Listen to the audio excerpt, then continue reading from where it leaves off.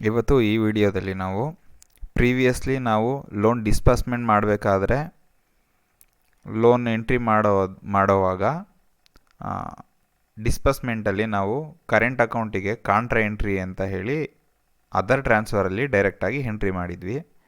ಆ ಎಂಟ್ರಿನ ಒಂದು ಸರಿನಾ ತಪ್ಪಾ ಅಂತ ಥಿಂಕ್ ಮಾಡಿದಾಗ ನಾವು ಕಾಂಟ್ರಾ ಎಂಟ್ರಿ ಯಾವ ಥರ ತೋರಿಸಿದ್ದೀವಿ ಅಂತಂದರೆ ಕರೆಂಟ್ ಅಕೌಂಟಿಗೆ ಬಂತು, ಕರೆಂಟ್ ಅಕೌಂಟಿಗೆ ಹೋಯ್ತು ಅಂತ ಹೇಳಿ ಮಾಡಿ ಹಾಕಿದ್ವಿ.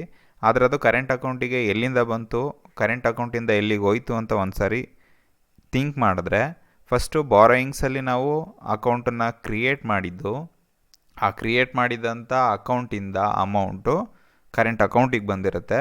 ಕರೆಂಟ್ ಅಕೌಂಟಿಗೆ ಬಂದಿದ್ದಂಥ ಅಮೌಂಟ್ನ ನಾವೇನು ಮಾಡ್ತೀವಿ, ಕರೆಂಟ್ ಅಕೌಂಟಿಂದ ಡ್ರಾ ಮಾಡಿ ನಮ್ಮ ಸದಸ್ಯರುಗಳು ಯಾರ್ಯಾರಿದ್ದಾರೆ ಅವರಿಗೆ KCC ಲೋನನ್ನು ಡಿಸ್ಬರ್ಸ್ಮೆಂಟ್ ಮಾಡಿರ್ತೀವಿ.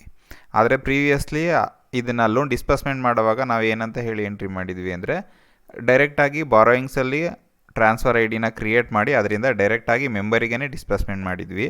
ಕರೆಂಟ್ ಅಕೌಂಟಿಗೆ ಕಾಂಟ್ರಾ ಎಂಟ್ರಿ ತೋರಿಸಿದ್ವಿ. ಆದರೆ ಆ ಮೆಥಡು ತಪ್ಪಾಗಿರುತ್ತೆ. ಬ್ಯಾಂಕಲ್ಲಿ ನಡೆಯುವಂಥ ವರ್ಕ್ ಫ್ಲೋ ಪ್ರಕಾರ ನೋಡ್ಕೊಂಡು ಹೋಗ್ತೀವಿ ಅಂದರೆ ಬಾರೋಯಿಂಗ್ಸಲ್ಲಿ ಫಸ್ಟ್ ಅಕೌಂಟ್ ಕ್ರಿಯೇಟ್ ಮಾಡಬೇಕು. ಅಕೌಂಟ್ ಕ್ರಿಯೇಟ್ ಮಾಡಿದಂಥ ಅಕೌಂಟಿಂದ ಡ್ರಾ ಮಾಡಿದ ಅಮೌಂಟನ್ನು ನಾವು ಕರೆಂಟ್ ಅಕೌಂಟ್ಗೆ ಹಾಕಿರ್ತೀವಿ. ಕರೆಂಟ್ ಅಕೌಂಟಿಂದ ಮತ್ತೆ ಡ್ರಾ ಮಾಡಿ ನಾವು ಮೆಂಬರ್ಸಿಗೆ ಡಿಸ್ಬರ್ಸ್ಮೆಂಟ್ನ ಮಾಡಿರ್ತೀವಿ. ಆ ಡಿಸ್ಬರ್ಸ್ಮೆಂಟ್ ಮಾಡಿದ್ದನ್ನು ಪ್ರೀವಿಯಸ್ಲಿ ಮಾಡಿದಂಥ ತಪ್ಪನ್ನು ಈ ವಿಡಿಯೋದಲ್ಲಿ ಸರಿ ಮಾಡಿಕೊಂಡು ಯಾವ ಥರ ಮಾಡೋದು ಅನ್ನೋದನ್ನು ನೋಡೋಣ. ಮೊದಲನೇದಾಗಿ ನಾವು ಬಾರೋಯಿಂಗ್ಸಿಗೆ ಹೋಗಬೇಕು.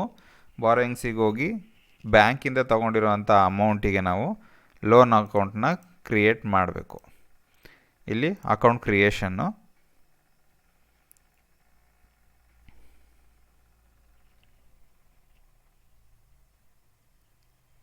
ಅಕೌಂಟ್ ಕ್ರಿಯೇಷನ್ನಲ್ಲಿ borrowing normal KCC, purpose sugar cane, society loan ನಂಬರಿಗೆ ಬ್ಯಾಂಕಿಂದ ನಾವು ತಗೊಂಡಿರುವಂಥ ಲೋನ್ ಅಕೌಂಟ್ ನಂಬರ್ನ ಹಾಕಿ ಅಪ್ಲಿಕೇಶನ್ ಅಮೌಂಟು, ಅಪ್ಲೈಡ್ ಅಮೌಂಟ್ಗಳನ್ನ ನಾವು ಎಂಟ್ರಿ ಮಾಡ್ತಾ ಹೋಗಬೇಕು. 1,41,71,000 ರೂಪಾಯಿ ಈ ಬ್ಯಾಚಲ್ಲಿ ಲೋನ್ ಆಗಿರೋವಂಥದ್ದು. ಅದನ್ನು ಹಾಕಿ ಮತ್ತು ಸ್ಯಾಂಕ್ಷನ್ ಅಮೌಂಟಲ್ಲೂ ಸೇಮು 1,41,71,000 ಅಮೌಂಟ್ನ ಹಾಕ್ತೀವಿ.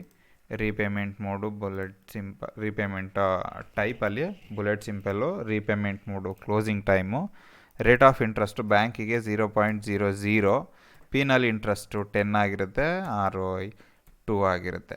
ನಾವು ಬಾರೋಯಿಂಗ್ ನಾರ್ಮಲ್ KCCನ ಸುಸ್ತಿ ಆಗೋ ತನಕ ಯಾವುದೇ ಬಡ್ಡಿ ತಗೊಳ್ಳದೇ ಇರೋದ್ರಿಂದ ರೇಟ್ ಆಫ್ ಇಂಟ್ರೆಸ್ಟ್ನ 0.00 ಹಾಕಿರ್ತೀವಿ. ಸುಸ್ತಿ ಆದಮೇಲಿಂದ 10% ಇರೋದ್ರಿಂದ ಇಲ್ಲಿ ಪೀನಲ್ ಇಂಟ್ರೆಸ್ಟ್ಗೆ 10 ಅಂತ ಹಾಕಿರ್ತೀವಿ. ಲೋನ್ ಪೀರಿಯಡಲ್ಲಿ ಜೆಸ್ಟೇಷನ್ ಪೀರಿಯಡ್ ಇನ್ ಮಂತ್ಸು 0 ಇರುತ್ತೆ. Loan period in ಮಂತ್ಸಲ್ಲಿ 12 ತಿಂಗಳುಗಳನ್ನ ಹಾಕಿರಬೇಕು.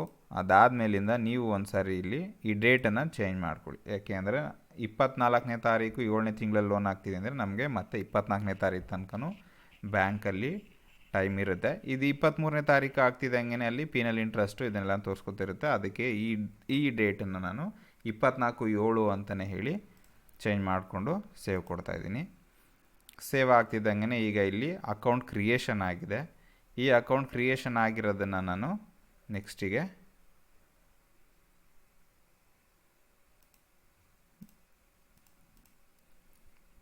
ಡ್ರಾನ ಮಾಡಬೇಕು. ಇಲ್ಲಿ ಡ್ರಾ ಮಾಡಬೇಕಾದ್ರೆ ಟ್ರಾನ್ಸ್ಫರ್ ಅಂತ ಹೇಳಿ ವೋಚರ್ನ ಪ್ರಿಪೇರ್ ಮಾಡ್ಕೋಬೇಕು. ಮತ್ತು ಬಾರೋಯಿಂಗ್ಸಿಗೆ ಬರಬೇಕು. ಬಾರೋಯಿಂಗ್ಸಲ್ಲಿ ಈಗ ಜಸ್ಟ್ ಅಕೌಂಟ್ನ ಕ್ರಿಯೇಟ್ ಮಾಡಿದ್ದೀವಿ ಅಷ್ಟೇ. ಕ್ರಿಯೇಟ್ ಮಾಡಾದಮೇಲೆ ಡಿಸ್ಬರ್ಸ್ಮೆಂಟ್ಗೆ ಬರಬೇಕು. ಈ ಡಿಸ್ಬರ್ಸ್ಮೆಂಟಲ್ಲಿ ಈ ಕ್ರಿಯೇಟ್ ಮಾಡಿರುವಂಥ ಅಕೌಂಟನ್ನು ನಾವು ಸೆಲೆಕ್ಟ್ ಮಾಡ್ಕೋಬೇಕು. ಪ್ರಾಡಕ್ಟು ನಾರ್ಮಲ್ KCC, ಲೋನ್ ನಂಬರಲ್ಲಿ ಸರ್ಚು, ಅಕೌಂಟ್ ನಂಬರ್ ಅನ್ನೋ ಕಡೆಗೆ 1 ಅಂತ ಹಾಕಿ ಸರ್ಚ್ ಕೊಡ್ತೀನಿ. ನೆಕ್ಸ್ಟು ಕ್ರಿಯೇಟ್ ಮಾಡಿದಂಥ ಅಕೌಂಟ್ ನಂಬರು 6047 ಅಂತ ಇಲ್ಲಿ ಸರ್ಚ್ ಮಾಡಿದ್ರೆ ಸರ್ಚ್ ಬಾರಲ್ಲಿ ಆ ಅಕೌಂಟು ಶೋ ಆಗುತ್ತೆ. ಅದನ್ನು ಸೆಲೆಕ್ಟ್ ಮಾಡ್ತಿದ್ದೀನಿ. ಸೆಲೆಕ್ಟ್ ಮಾಡಾದಮೇಲಿಂದ ಡ್ರಾವಲ್ ಅಮೌಂಟು 1,41,71,000 ಅದಷ್ಟನ್ನು ಹಾಕಿ ಆದಮೇಲಿಂದ ವೋಚರ್ ಟೈಪು ಟ್ರಾನ್ಸ್ಫರಲ್ಲಿ ಇಲ್ಲಿ ಜನ್ರೇಟ್ ನ್ಯೂ ಬ್ಯಾಚ್ ಕೊಡ್ತಿದ್ದೀನಿ. ಇದಕ್ಕೂ ಮುಂಚೆ ಯಾವ ಬ್ಯಾಚನ್ನು ಜನ್ರೇಟ್ ಆಗಿಲ್ಲ, ಸೊ ಅಲ್ಲಿ ಯಾವುದು ಬ್ಯಾಚ್ ತೋರಿಸಿಲ್ಲ. ಟ್ರಾನ್ಸ್ಫರ್ ಎಂಟ್ರಿ ಕೊಡ್ತಿದ್ದಂಗೆ ಜನ್ರೇಟ್ ನ್ಯೂ ಬ್ಯಾಚ್ ಆಯಿತು. ರೇಟ್ ಆಫ್ ಇಂಟ್ರೆಸ್ಟು 0.00 ಅಂತ ಹಾಕಿ 10/2 ಇದನ್ನೆಲ್ಲ ಹಾಕಾದ್ಮೇಲಿಂದ ಸೇವ್ ಅಂತ ಕೊಡಬೇಕು.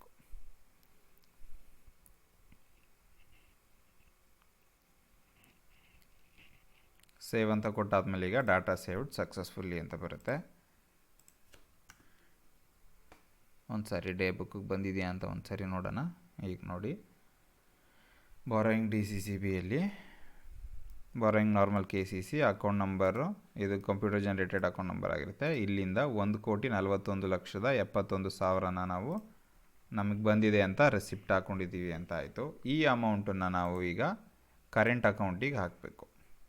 ಮೊದಲು ಮಾಡಿದಂಥ ಮೆಥಡನ್ನು ಇಲ್ಲಿ ರೆಕ್ಟಿಫೈ ಮಾಡಿ ಯಾವ ಥರ ವರ್ಕ್ ಫ್ಲೋ ಆಗುತ್ತೆ ಅನ್ನೋದನ್ನು ಸರಿ ಮಾಡ್ಕೊಂಡು ಇಲ್ಲಿ ಮತ್ತೆ ಎಂಟ್ರಿ ಮಾಡ್ತಿರೋದು.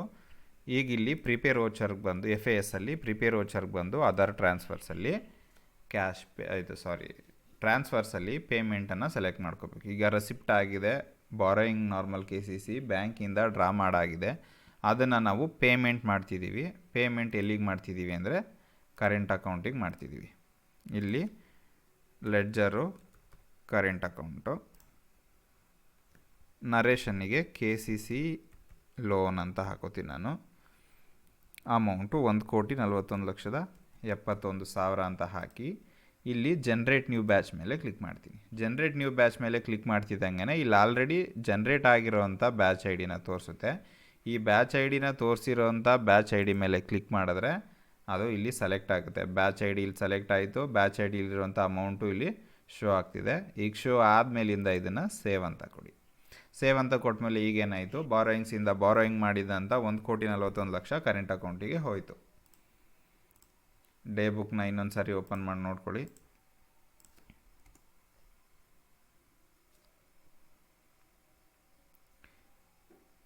$1,41,71,000 ಬಾರೋಯಿಂಗ್ ನಾರ್ಮಲ್ KCCಯಿಂದ ಬಾರೋ ಮಾಡಿದ್ವಿ. ಬಾರೋ ಮಾಡಿದಂಥ ಅಮೌಂಟ್ನ ಕರೆಂಟ್ ಅಕೌಂಟಿಗೆ 1,41,71,000ನ ಟ್ರಾನ್ಸ್ಫರಲ್ಲಿ ಎಂಟ್ರಿ ಮಾಡಿದ್ದೀವಿ. ಈಗ ಮತ್ತೆ ನಾವು ಈ ಕರೆಂಟ್ ಅಕೌಂಟಿಗೆ ಬಂದಿದ್ದ ಅಮೌಂಟನ್ನು ನಾವು ಡ್ರಾ ಮಾಡಿ ನೆಕ್ಸ್ಟು ನಮ್ಮ ಲೋನಿ ಮೆಂಬರ್ಸ್ಗಳು ಯಾರಿದ್ದಾರೆ ಅವರವ್ರ ಅಕೌಂಟಿಗೆ ಡೆಪಾಸಿಟ್ ಮಾಡಬೇಕು.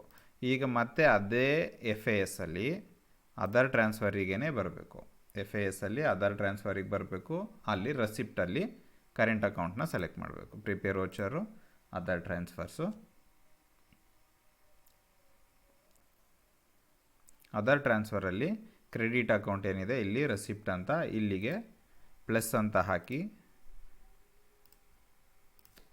ಇಲ್ಲಿ ಕರೆಂಟ್ ಅಕೌಂಟ್ ಅಂತ ಸೆಲೆಕ್ಟ್ ಮಾಡ್ಕೋಬೇಕು. ಕರೆಂಟ್ ಅಕೌಂಟ್ ಆದಮೇಲಿಂದ ಮತ್ತೆ ಇಲ್ಲಿ ನರೇಷನ್ನು KCC ಲೋನ್ ಡ್ರಾ, ಇಲ್ಲ KCC ಲೋನ್ ಟು ಮೆಂಬರ್ಸ್ ಅಂತ ನೀವು ನಿಮ್ಮ ಕನ್ವೀನಿಯೆಂಟ್ ಆಗೋ ಥರ ನೀವು ಹಾಕೋಬೋದು. KCC ಲೋನ್ ಟು ಮೆಂಬರ್ಸು 1,41,71,000 ಅಂತ ಹಾಕಿ ಇಲ್ಲಿ ಜನ್ರೇಟ್ ನ್ಯೂ ಬ್ಯಾಚ್ ಅಂತ ಕೊಡಬೇಕು. ಈಗ ಪ್ರೀವಿಯಸ್ಲಿ ಜನ್ರೇಟ್ ಮಾಡಿದಂಥ batch total amount 2 credit debit 2 ಕರೆಕ್ಟಾಗಿ ಇದ್ದಿದ್ದರಿಂದ ಆ ಬ್ಯಾಚು ಕ್ಲೋಸ್ ಆಗಿರೋದ್ರಿಂದ ಇಲ್ಲಿ ಯಾವುದೇ ಬ್ಯಾಚ್ ID ತೋರಿಸ್ತಾ ಇರೋದ್ರಿಂದ ಈಗ ಆ ಬ್ಯಾಚು ಕ್ಲಿಯರ್ ಆಗಿದೆ.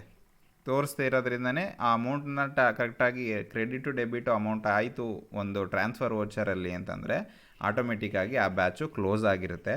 ನೆಕ್ಸ್ಟಿಗೆ ಈಗ ನಾವು ಡ್ರಾ ಮಾಡಿದ ಅಮೌಂಟನ್ನು ಮೆಂಬರ್ಸಿಗೆ ಡಿಸ್ಬರ್ಸ್ಮೆಂಟ್ ಮಾಡಿದಾಗ 1,41,71,000 ಏನು ಡ್ರಾ ಮಾಡ್ತಿದ್ದೀವಿ, ಈ ಅಮೌಂಟನ್ನು ಮೆಂಬರಿಗೆ ಡಿಸ್ಬರ್ಸ್ಮೆಂಟ್ ಮಾಡ್ತಿದ್ದಂಗೆ ಈಗ ಜನ್ರೇಟ್ ಆಗೋವಂಥ ಬ್ಯಾಚು ಸಹ ಆಟೋಮೆಟಿಕ್ಕಾಗಿ ಕ್ಲೋಸ್ ಆಗುತ್ತೆ. ಈಗ ಇಲ್ಲಿ ಜನ್ರೇಟ್ ನ್ಯೂ ಬ್ಯಾಚ್ ಅಂತ ಕೊಡಬೇಕು. ಜನ್ರೇಟ್ ನ್ಯೂ ಬ್ಯಾಚ್ ಅಂತ ಕೊಡ್ತಿದ್ದಂಗೆ ಇಲ್ಲಿ ಒಂದು ಬ್ಯಾಚ್ ID ಕ್ರಿಯೇಟ್ ಆಗಿರುತ್ತೆ. ಇಲ್ಲಿ ಅಮೌಂಟು 0 ಅಂತ ಇರುತ್ತೆ. ಫಸ್ಟ್ ಇಲ್ಲಿ ನಾವು ಹಾಕಿದ್ದನ್ನು ಅಮೌಂಟ್ ಸೇವ್ ಅಂತ ಕೊಟ್ಟ ಮೇಲಿಂದ ಆ ಅಮೌಂಟು ಆ ಬ್ಯಾಚ್ IDಗೆ ಸೇವ್ ಆಗುತ್ತೆ. 1,41,71,000ನ ಈಗ ಕರೆಂಟ್ ಅಕೌಂಟಿಂದ ಡ್ರಾ ಮಾಡ್ತಿದ್ದೀವಿ. ಅದನ್ನು ಬ್ಯಾಚ್ ID ಕ್ರಿಯೇಟ್ ಮಾಡಿ ಸೇವ್ ಕೊಡ್ತಿದ್ದೀನಿ.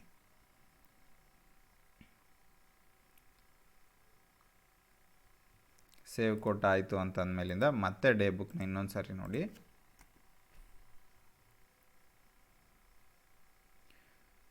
ನೋಡಿ 1,41,71 1,41,71,000 KCC ಲೋನು ಡ್ರಾ ಆಯಿತು.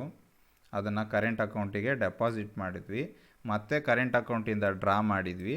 ಡ್ರಾ ಮಾಡಿದ್ಮೇಲೆ ಈಗ ಈ 1,41,71,000ನ ಮೆಂಬರ್ಸಿಗೆ ಡಿಸ್ಬರ್ಸ್ಮೆಂಟ್ ಮಾಡಬೇಕು. ಇದಕ್ಕೆ ಲೋನ್ಸಿಗೆ ಹೋಗಬೇಕು. ಲೋನ್ಸಲ್ಲಿ ಲೋನ್ ಡಿಸ್ಬರ್ಸ್ಮೆಂಟ್ಗೆ ಹೋಗಬೇಕು. ಲೋನ್ ಡಿಸ್ಬರ್ಸ್ಮೆಂಟಲ್ಲಿ ಆಯಾ ಬ್ಯಾಚಲ್ಲಿ ಯಾವ್ಯಾವ ಮೆಂಬರ್ ಇದ್ದಾರೆ ಆ ಮೆಂಬರ್ಗಳಿಗೆ ಒಂದೊಂದಾಗಿಯೇ ಬ್ಯಾಚ್ ID ಟ್ರಾನ್ಸ್ಫರಲ್ಲಿ ಸೆಲೆಕ್ಟ್ ಮಾಡಿಕೊಂಡು ಡಿಸ್ಬರ್ಸ್ಮೆಂಟ್ ಮಾಡ್ತಾ ಹೋಗಬೇಕು. ಲೋನ್ಸಿಗೆ ಬಂದು ಲೋನ್ ಡಿಸ್ಬರ್ಸ್ಮೆಂಟು ಇಲ್ಲಿ ಯಾರ್ದಾದರೂ KCC ಲೋನ್ ಇರೋ ಅಂಥವ್ರದನ್ನು ಹೆಸರನ್ನ ಹಾಕಿ ಸರ್ಚ್ ಮಾಡ್ಕೊಳ್ಳಿ. ಸರ್ಚ್ ಮಾಡ್ಕೊಂಡು ಆದಮೇಲಿಂದ ಸೆಲೆಕ್ಟ್ ಮಾಡ್ಕೊಳ್ಳಿ. ಸೆಲೆಕ್ಟ್ ಮಾಡಿಕೊಂಡು ಇಲ್ಲಿ ವೋಚರ್ ಟೈಪು ಟ್ರಾನ್ಸ್ಫರು. ಈಗ ನೋಡಿ ಇಲ್ಲಿ 1,41,71,000 ರೆಸಿಪ್ಟಲ್ಲಿದೆ. ಈಗ ಅದನ್ನು ನಾವು ಪೇಮೆಂಟ್ ಮಾಡಬೇಕು. ನಮಗೆ ಬಂದಿರೋವಂಥ ಅಮೌಂಟು ರೆಸಿಪ್ಟಲ್ಲಿದೆ. ಇದನ್ನು ಪೇಮೆಂಟ್ ಮಾಡಬೇಕಾಗಿರೋದ್ರಿಂದ ಇಲ್ಲಿ ಯಾವುದೇ ಅಮೌಂಟನ್ನು ಈಗ ಇನ್ನೂ ಆ್ಯಡ್ ಮಾಡದೇ ಇರೋದ್ರಿಂದ ಇಲ್ಲಿ 00 ಅಂತ ಇದೆ. ರೆಸಿಪ್ಟಲ್ಲಿ 1,41,71,000 ಇದೆ. ಡೆಬಿಟಲ್ಲಿ ಯಾವುದೇ ಅಮೌಂಟ್ ಇಲ್ಲ. ಈಗ ಯಾವುದೋ ಒಂದು ಪರ್ಸನನ್ನು ಸೆಲೆಕ್ಟ್ ಮಾಡಿ ಈ ಬ್ಯಾಚ್ ಐ ಡಿ ಮೇಲೆ ಕ್ಲಿಕ್ ಮಾಡ್ತಿದ್ದಂಗೆ ಟ್ರಾನ್ಸ್ಫರ್ದು ಇಲ್ಲಿ ಬ್ಯಾಚ್ ಐ ಡಿ ಸೇವ್ ಆಗುತ್ತೆ. ಸೆಲೆಕ್ಟ್ ಕೊಟ್ಟು ಎಷ್ಟು ಅಮೌಂಟ್ ಅವ್ರಿಗೆ ಡಿಸ್ಬರ್ಸ್ಮೆಂಟ್ ಆಗಿದೆ ಅನ್ನೋದನ್ನು ಎಂಟ್ರಿ ಮಾಡಿ ವೆರಿಫೈ ಆ್ಯಂಡ್ ಕನ್ಫರ್ಮ್ ಕೊಟ್ಕೊಂಡು ಸೇವ್ ಮಾಡ್ಕೊಂಡು ಹೋದರೆ ಅವರಿಗೆ ಲೋನು ಡಿಸ್ಬರ್ಸ್ಮೆಂಟ್ ಆಗಿರುತ್ತೆ. ಇದು ಆ್ಯಕ್ಚುಯಲ್ ಆಗಿ ನಾವು ಮಾಡಬೇಕಾದಂಥ ಲೋನ್ ಬಾರೋಯಿಂಗ್ಸ್ ಮಾಡಿದಾಗ ಎಂಟ್ರಿ ಮಾಡಬೇಕಾಗಿದ್ದು. ಪ್ರೀವಿಯಸ್ ವೀಡಿಯೋದಲ್ಲಿ ನಾವು ಹೇಳಿದ್ದು ಕರೆಂಟ್ ಅಕೌಂಟ್ಗೆ ಕಾಂಟ್ರಾ ಎಂಟ್ರಿ ತೋರಿಸಿರ್ತೀವಿ, ಡೈರೆಕ್ಟಾಗಿ ಅದರ್ ಟ್ರಾನ್ಸ್ಫರಲ್ಲಿ ರೆಸಿಪ್ಟು ಪೇಮೆಂಟು ಎರಡಕ್ಕೂ ಕಾಂಟ್ರಾ ತೋರಿಸ್ಬಿಡೋಣ ಅಂತ. ಬಟ್ ಆ ಮೆಥಡ್ ತಪ್ಪು. ಕರೆಂಟ್ ಅಕೌಂಟಿಗೆ ಎಲ್ಲಿಂದ ಬಂತು ಅಂತ ನೋಡಿದಾಗ ನಾವು ಬಾರೋಯಿಂಗ್ಸ್ ಮಾಡಿದ ಅಮೌಂಟನ್ನು ಕರೆಂಟ್ ಅಕೌಂಟ್ಗೆ ಹಾಕಿರ್ತೀವಿ. ಎಲ್ಲಿಗೆ ಹೋಯ್ತು ಅಂತ ನೋಡಿದಾಗ ಡ್ರಾ ಮಾಡಿದ ಅಮೌಂಟನ್ನು ನಾವು ರೈತರ ಅಕೌಂಟಿಗೆ ಟ್ರಾನ್ಸ್ಫರ್ ಮಾಡಿಸಿರ್ತೀವಿ. ಇದು ಪ್ರಾಪರಾಗಿ KCC ಲೋನ್ನ ಬಾರೋಯಿಂಗ್ ಮಾಡಿ ಡಿಸ್ಬರ್ಸ್ಮೆಂಟ್ ಮಾಡೋವಂಥ ಮೆಥಡು. ಈ ಹಿಂದೆ ಆಗಿದ್ದನ್ನು ಬಿಟ್ಟು ನೆಕ್ಸ್ಟ್ ಬರೋವಂಥ ಬ್ಯಾಚ್ಗಳಲ್ಲಿ ನೆಕ್ಸ್ಟ್ ಬರೋವಂಥ ಬಾರೋಯಿಂಗ್ಸ್ ಮಾಡುವಾಗ ಇದೇ ಮೆಥಡನ್ನು ಫಾಲೋ ಮಾಡಿ. Thank you.